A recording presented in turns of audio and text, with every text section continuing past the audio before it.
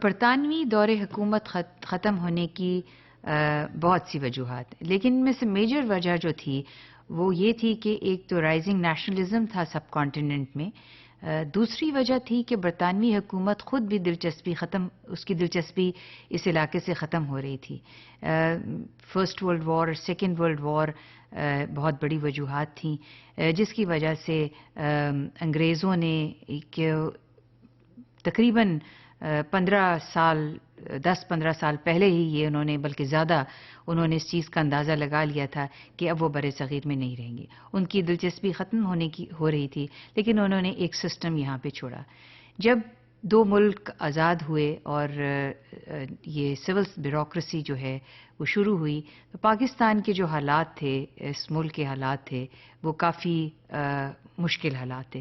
سب سے جو major problem ملک کو تھا وہ ریفیوجیز کا پرابلم تھا، اور یہ دنیا کی سب سے بڑی ہیومن مائگریشن کنسیڈر کیا جاتا ہے کہ پاپولیشنز دو ملکوں میں اتنے ہیوج لیول کے اوپر موو کی at the time of independence. So the major focus of the government was constrained by this one factor. There were other reasons as well. And the other reason was that the government wanted to settle these people as soon as it is possible, and therefore the resources were diverted towards this. یہی وجہ تھی کہ حکومت پاکستان نے جو نظام civil bureaucracy کا colonial period سے انہیرٹ کیا، اس میں زیادہ تبدیلی نہیں کی۔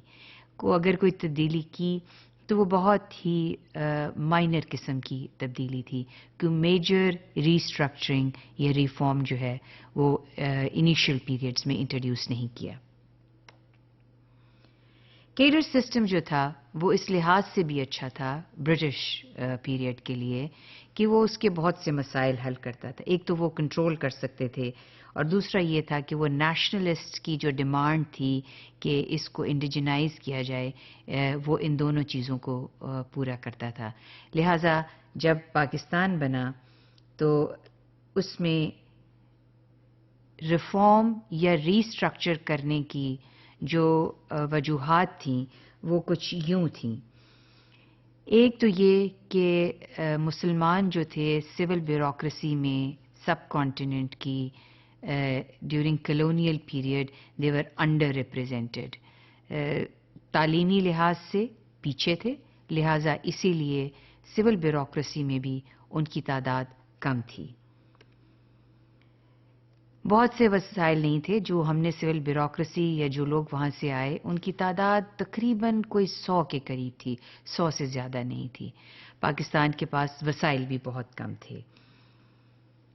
پھر بیوروکریٹک انرشیا تھا، یعنی تبدیلی ان اٹ سیلف ایک مشکل مرحلہ ہے، لہٰذا بیوروکریسی کے لیے یہ تبدیلی اور بھی زیادہ مشکل تھی۔ اور ایک اور وجہ جو تھی کہ یہ جو سول سٹرکچر انہیرٹ کی تھی، یہ یقینی طور پر ایک ایشورڈ کریئر تھا، یعنی ایک دفعہ آپ اس کریئر میں آ گئے تو آپ کو پروگریشن جو ہے گریجولی اس میں پروگریشن جو ہے وہ ملتی رہے گی۔